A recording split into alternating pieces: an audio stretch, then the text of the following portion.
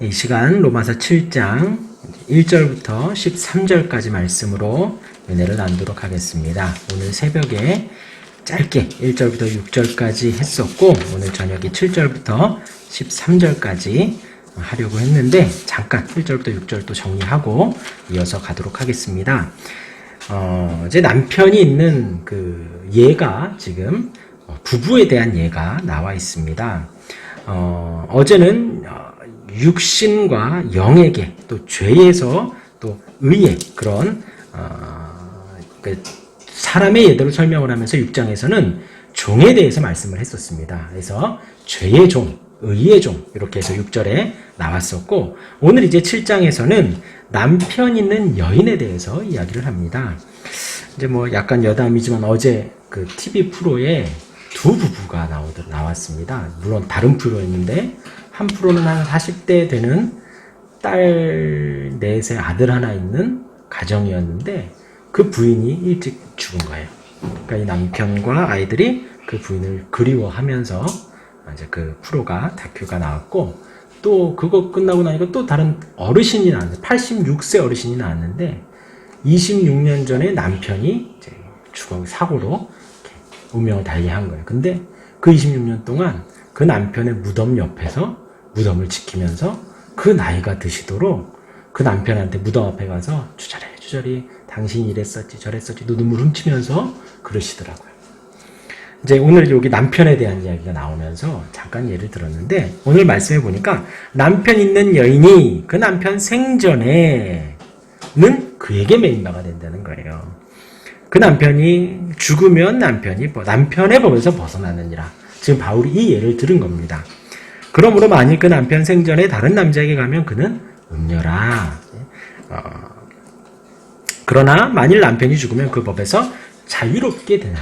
그러니까 이제 바울이 지금 부부에 대한 이야기를 하면서 이 여인이 이 남편에게서 벗어나려면 어떻게 해야 되냐? 남편이 죽으면 벗어난다는 거예요. 죽으면. 지금 바울이 이 예를 들었습니다.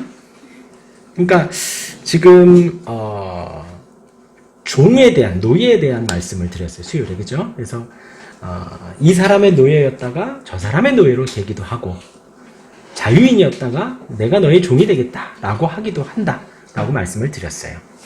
그런데 오늘은 남편이 그러니까 부부관계가 합법적으로 끝나려면 남편이 죽으면 된다라는 예를 지금 2절 3절에서 들은 겁니다. 그러니까 이제 그 남편이 율법을 대고 다시 이제 의의 법이 무엇이 되느냐. 우리가 부인이었을 때 율법이 죽으면 그러니까 남편이 죽으면 합법적으로 자유인이 되어서 의의 종으로 들어가는 게 합법적이다. 라는 어떤 예로 시작을 했지만 이제 4절 말씀에 뭐라 그러냐. 그러므로 내 형제들아 너희도 그리스도의 몸으로 말미암아 율법에 대하여 죽임을 당하였으니 율법이 죽었어요? 율법이 안 죽었어요. 내가 죽은 거예요. 왜냐하면 6장에서 그리스도와 함께 그의 죽으심과 합하여 우리가 같이 죽었거든요. 그래서 그 율법에 대하여 우리가 죽은 자가 된 것입니다. 이는 다른 이곳 죽은 자 가운데서 살아나신 이에게 가서 우리가 하나님을 위하여 열매를 맺게 합니다. 율법의 부인으로 있던 아내로 있던 우리가 죽었기 때문에 합법적으로 우리는 음녀가 아니라 율법의 종에서 벗어나 하나님의 종으로 갔다라는 것을 이제 이야기를 하는 겁니다. 그래서 6절 말씀의 결론에 이제는 우리가 얼매였던 것에 대하여 죽었으므로 율법의 얼매였었는데 그에 대해서 우리가 죽었다는 거예요. 율법이 죽은 게 아니라 남편이 죽은 게 아니라 남편이 죽으면 그 여인이 자유롭게 된다라는 예를 시작을 했는데 남편이 죽은 게 아니라 내가 죽었다는 거예요. 우리가 얼매였던 것에 대하여 죽었으므로 율법에서 벗어났으니 이러므로 우리가 영의 새로운 것으로 섬길 것이요 율법 조문의 묵은 것으로 아니할지니라 라는 것이 이제 6절까지의 말씀이었습니다. 내가 죽었다. 이제 7절 말씀이 그렇게 시작이 되는 거예요. 그런즉 우리가 무슨 말을 하리요? 그렇다면 율법이 죄냐라는 거예요. 그런데 바울은 이렇게 말합니다. 그럴 수 없느니라. 오늘 이제 13절까지 말씀에서 율법이 죄다, 죄가 아니다, 죄가 아니다 라는 것을 이제 말을 하려고 합니다. 율법이 죄냐? 그럴 수 없느니라. 율법으로 말미암지 않고는 내가 죄를 알지 못하였으니, 율법이 있어야 내가 죄를 안 내는 거예요. 그러면서 예를 뭘로 들었냐? 율법이 탐내지 말라 하지 아니하였더라면, 지금 탐심에 대해서 이야기를 합니다. 그렇게 말하지 아니했다면 내가 탐심을 알지 못하였으리라. 우리 안에는 탐심이 있었던 거예요. 탐심이 있습니다. 그런데 그 탐심만을 가지고 우리가 범법을 행하지는 않습니다. 위법을 행하지는 않아요. 그렇죠? 실제로 범법은 아니에요. 그래서 세상 사람들은 그냥 탐심이 죄가 아닌 줄 알고 살아갑니다. 우리 또한도 이 율법이 오기 전에는 이게 무슨 죄야? 우리가 탐심을 표출해서 도둑질을 하거나 남의 것을 해하거나 빼앗아야지 죄지로 알고 있지, 탐심은 죄가 아니다라고 우리는 살아갔습니다. 그러나 율법이 와서 우리가 탐심이 죄구나라는 걸 알았던 거예요. 성경은 그것을 말합니다. 우리 마음 안에 있었던 탐심까지도 죄다라고 율법은 말을 하는데 세상은 그렇지 않았다라는 거죠. 골로새서 3장 5절 말씀을 제가 읽어드릴게요. 골로새서 3장 5절 말씀이 뭐라고 나오냐면, 그러므로 땅에 있는 지체를 죽이라. 땅에 있는 지체를 죽이라. 곧 무엇이냐? 땅에 있는 지체가 무엇이냐? 골로새 3장 5절이에요. 음란과, 음란지 불법적인 어떤 그런 것들을 말하죠. 음란과 또 부정과 정결하지 못한 부정, 정결하지 못한 것, 또 사욕과 또 악한 정욕과 탐심이니. 지금 여기에서도 탐심에 대해서 말을 합니다. 그러면서 탐심이 뭐라고 그러냐면, 탐심은 뭐라고요? 우상숭배니라. 바울이 지금 말을 하는 거예요. 탐심이 우상숭배라는 거예요. 근데 이게 바울의 말이 아니라 성경 전체가 탐심은 우상숭배라고 말을 하고 있는 것입니다. 그렇기 때문에 땅에 있는 지체를 죽이라는 거예요. 그러니까 그거죠. 음란이 나면 죽이라는 거예요. 부정한 마음이 들면 죽이라는 거예요. 탐심이 들면 죽이라는 겁니다. 죽이라는 게 뭐냐면, 마음속에 이런 것들이 일어날 때 죽은 사람처럼 반응하지 말라는 거예요. 우리 반대로 하나님의 말씀이 선포되고 하나님의 나라가 임했을 때 우리는 기뻐하고 즐거워해야 되죠. 다윗이 언약궤가 들어왔을 때 막 자기 바지가 벗어지는 줄도 모르고 막 춤을 췄어요. 하나님 앞에 반응하는 겁니다. 그런데 반대로 방금 말한 대로 음란과 부정과 사욕과 악한 정욕과 탐심이 마음 안에 일어나면 죽은 사람처럼 가만히 있으라는 거예요. 땅에 있는 지체를 죽이라. 왜냐하면 그게 우상숭배라는 거예요. 십계명에서 제일 하나님이 많이 말한 게 뭐냐면, 우상을 숭배하지 말라는 거예요. 하나님 외에 다른 것을 신으로 두지 말라는 거예요. 그런데 성경은 그 탐심을 신으로 보고 하나님을 의지하지 않고 그 탐심을 의지하게 되는 우상숭배로 봤다는 거죠. 그러니까 그런 마음이 들면 바울이 지금 권면하기를 지체를 죽이라. 꼭 죽은 사람처럼 툭툭 쳐도 꼼짝하지 말고 가만히 있으라는 거예요. 다시 우리 본문으로 넘어와서요.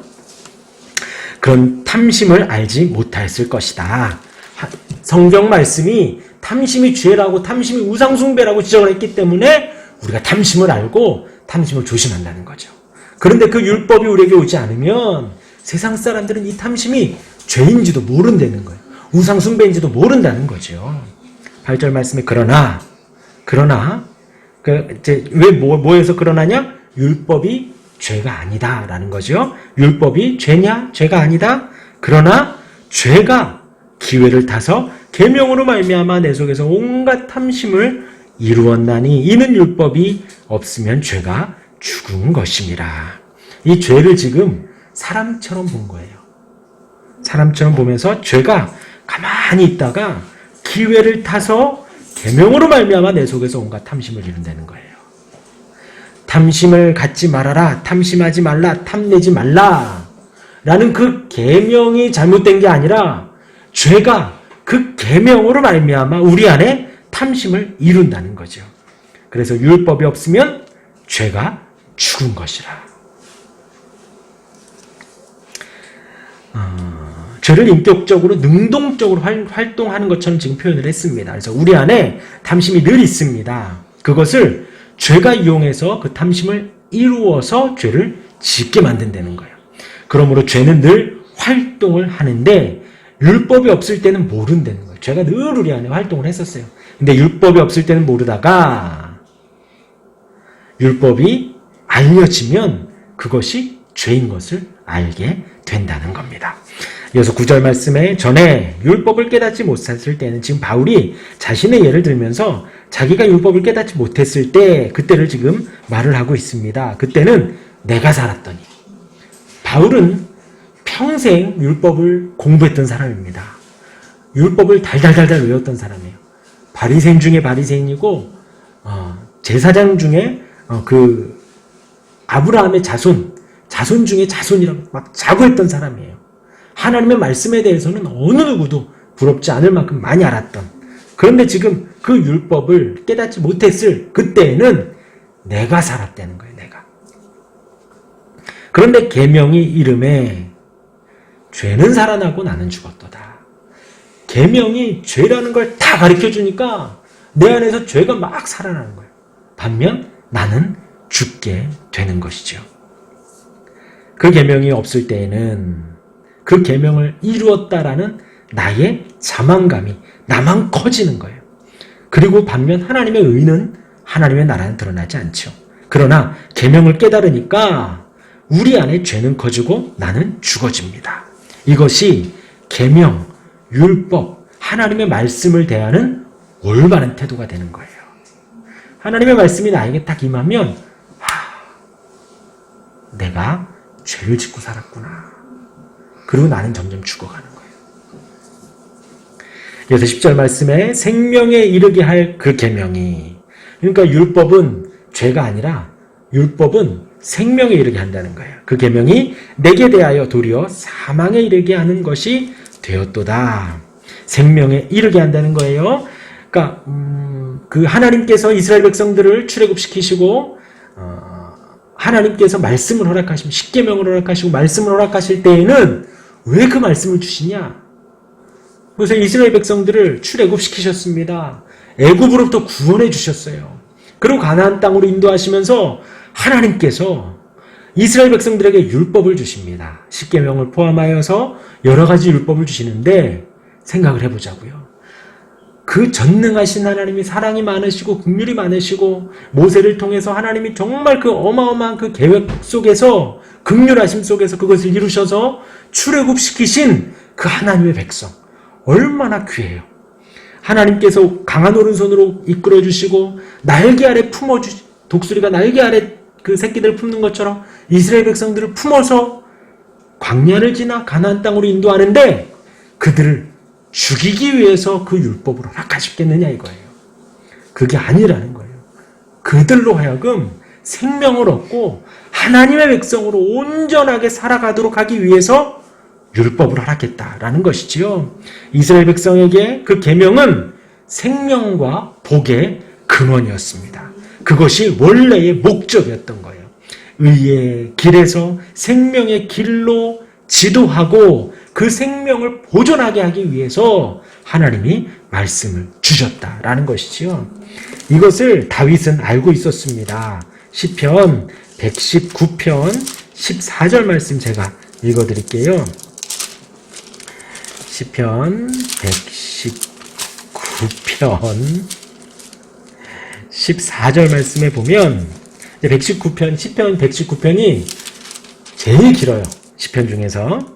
그 중에서 이제 14절 말씀에 보면 이제 율법에 대한 어떤 그 부분이 나오는데 14절에 보면 내가 모든 재물을 즐거워함 같이 주의 증거들의 도를 즐거워하였나이다.